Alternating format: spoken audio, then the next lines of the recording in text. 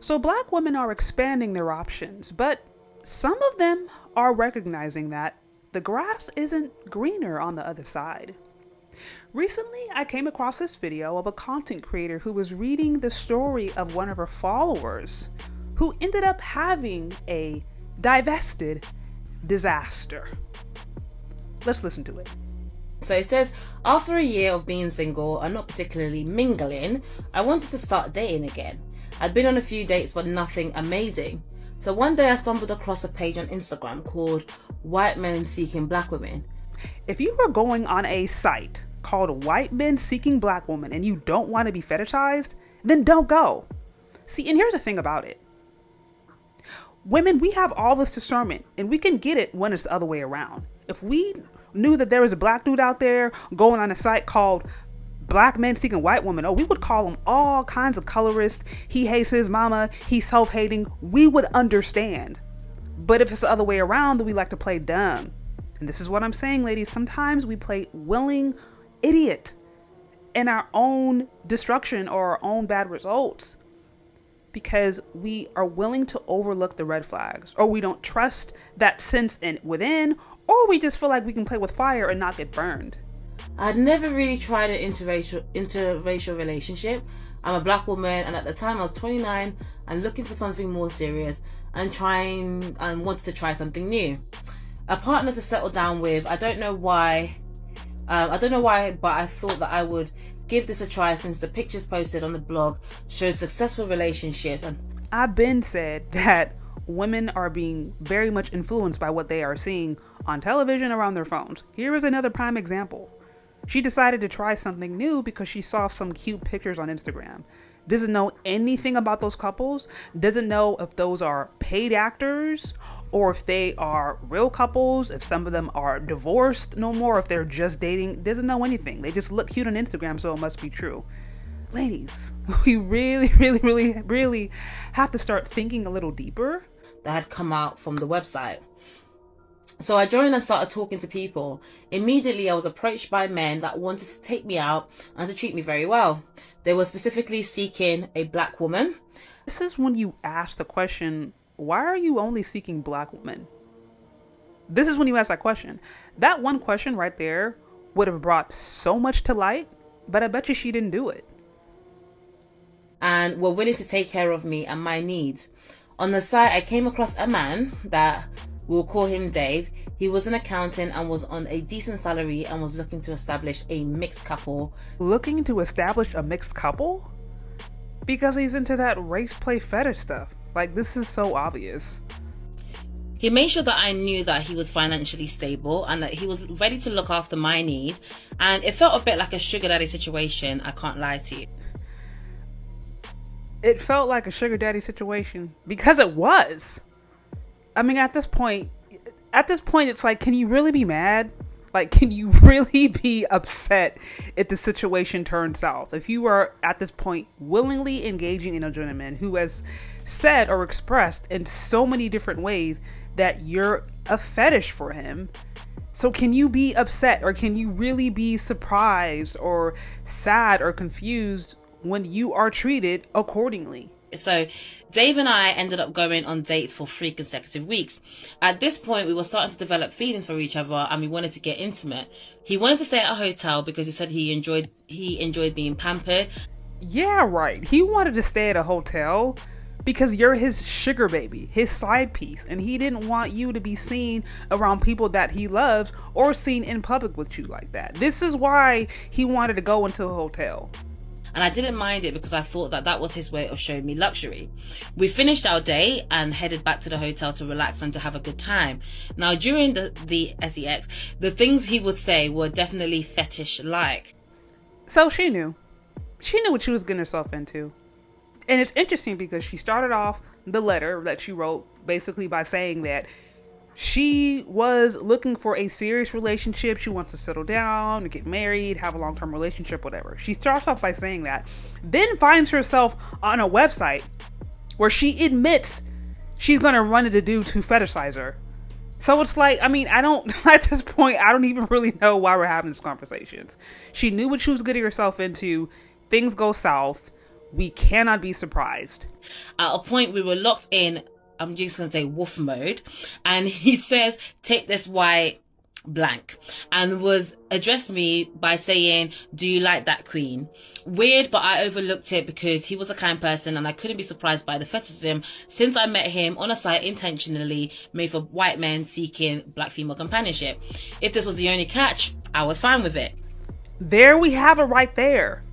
If this is the only catch, if me being fetishized, if me being treated like less than a human being is the only catch of me engaging in this relationship, I'm fine with it. If a black man said the same thing, do you know what kinds of coons, self-hating person he would be called? Ladies, do we not see how sometimes we do the exact same thing and sometimes even worse? But then we're surprised when we have bad results, or we're surprised when we're mistreated. We can't be surprised we're mistreating ourselves. Engaging in a situation where you know you're being fetishized, you know you're being seen as less than human, at that point you're mistreating yourself. So after we finished having the I was hot and sweaty and I felt comfortable with him as we had been seeing each other for some time. So I took my wig off and laid it down beside him. Immediately he was like, are you okay, I didn't say that, but are you gonna just, I would say, are you just going to disrobe like that? That's what the word. Girl, like, what were you expecting?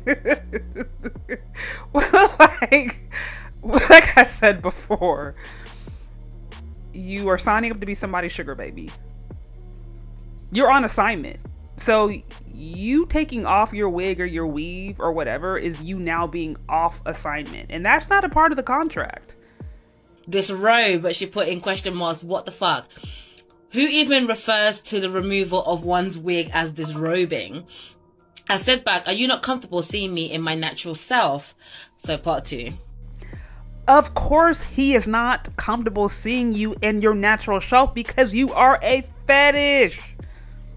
You admitted this. He's not going to see you in your natural self. He doesn't care to see you in your natural self because you are a side piece.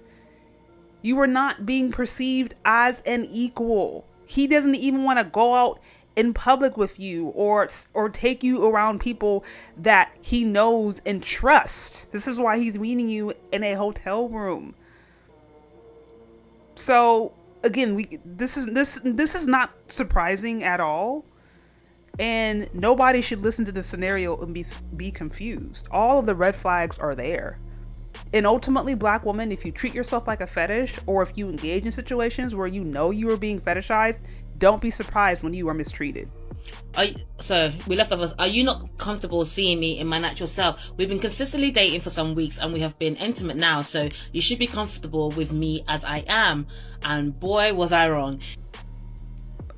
If your natural self to you is associated with always having a wig or weave, ladies, what's going on? This is, being a black woman is not synonymous with always having some fake Brazilian hair in your head. It is not. That is not what it means to be a true black woman. Let me just start there. Also, he's not a black man. Black men have the lowest standards of any and everybody. I think BGS says black men are like the garbage men of society. Like, they will literally take anything. Now, I'm not saying all of them, but there is a population of black men out there who will literally just take anything. White men aren't like that. They're not used to going around seeing their women with bonnets. Like, this is not the kind of scenario they grew up in. So what you could get away with a black man and maybe even still get love, or maybe even still be in a situation, is not going to work for a white man, especially somebody who is looking at you as a sugar baby and you need to be performing up to his expectations. In a roundabout way, he said, but I didn't want to see you like this. I bought a nice hotel room and spent a lot of money tonight making you happy, and I think that you should have been more mindful that I would want you to remain classy and put together. An argument followed immediately after. I couldn't understand the correlation between spending money on me to me having to be perfectly presented. He was stating that it was too early in the relationships for Wigs to be off comfortably, but I disagreed. I did not believe that dating outside of my race meant that I should have to compromise my identity. He was stating that it had nothing to do with my identity, but he thought it was a simple courtesy as we're not established. Yeah, I don't see why this is confusing. He wanted a sugar baby, you didn't meet up to the expectations, and now you're getting kicked to the curb. This is not surprising. The day after, there was a very awkward car drive home. He sat with his eyes to the road the whole time and we barely spoke. As we were saying goodbye in the car, he bluntly turned to me and said, "I don't want to see you anymore. I have to be honest, but last night really put me off." So I said that it was ridiculous to be treated that way, and he replied that he was seeking a trophy girlfriend and did not believe that my conduct showed any respect for him. Ladies, we can't engage in thought 3 or 4 prostitute sugar baby behavior and then expect to be treated like a wife. It's not gonna happen like that. Like, either you behave like a wife, conduct yourselves like a wife, and then you meet men who are looking for wives, or you behave like a prostitute and then you engage with men or attract men who are going to see you accordingly. But you can't have both. You can't engage in a sugar baby situationship and then think that you're going to land a man who wants to see you as his wife. It does not work like that. Feeling completely befuddled, I left the car and he never contacted me again for another meetup. It seemed that by trophy, he was looking for a quintessential bad bitch, and I'm an ordinary woman looking to settle down. I still get annoyed thinking about this entire experience. So the question I got for you, is it too early to be offing wig after 3 weeks of knowing somebody? Or if you're not exclusively dating, do you think that you should be offering your wig at all? Or should you just be keeping it, PG and looking nice and pretty for the guy until you guys are in a relationship? Or do you think that, because obviously like Dave just seemed like he was, why is she finding men on this website? But yeah, Dave is already a walking red flag. He's on the website, he's calling her things like queen and like, kind of fetishizing her. Is it just that he has the issue? I think if any guys see this video, let us know. The issue is not even the wig at this point. Like, that's not even the main issue. The main issue is this entire scenario. All of what we have discussed. Really, at the end of the day, ladies, if we treat ourselves like side pieces, if we treat ourselves like 304s, then we are going to be perceived accordingly. It's just really that simple. And some of us lovely ladies, when we date black men, we have bad relationships, we have bad results because we have our own issues, and then we date outside of our race thinking that we're going to be escaping those issues. But the problem is, wherever you go, there you are. And if the issues are internal, it don't matter if you date a freaking Martian. Or it don't matter if you date every man outside of the race. If the issue is internal, it's going to follow you. So this whole situation to me has really nothing to do with the wig. It has so much more to do with literally everything. The mindset, the whole setup, how she even met the dude, why she would even engage with somebody who would see her as a fetish, why she would be surprised if she even knows what it means to be a wife. Like, there's a lot to unpack there. And at the end of the day, a lot of us ladies, we just need work. We look at white men and we look at other races of men as if they are our ticket out of Blackistan, when Blackistan is inside of us, and we need to deal with that. But what do you think? Do you agree or do you disagree? Let me know. Leave your questions, comments, concerns in the comment section below. Thank you so much for listening if you've gotten this far. And we'll talk later. Bye.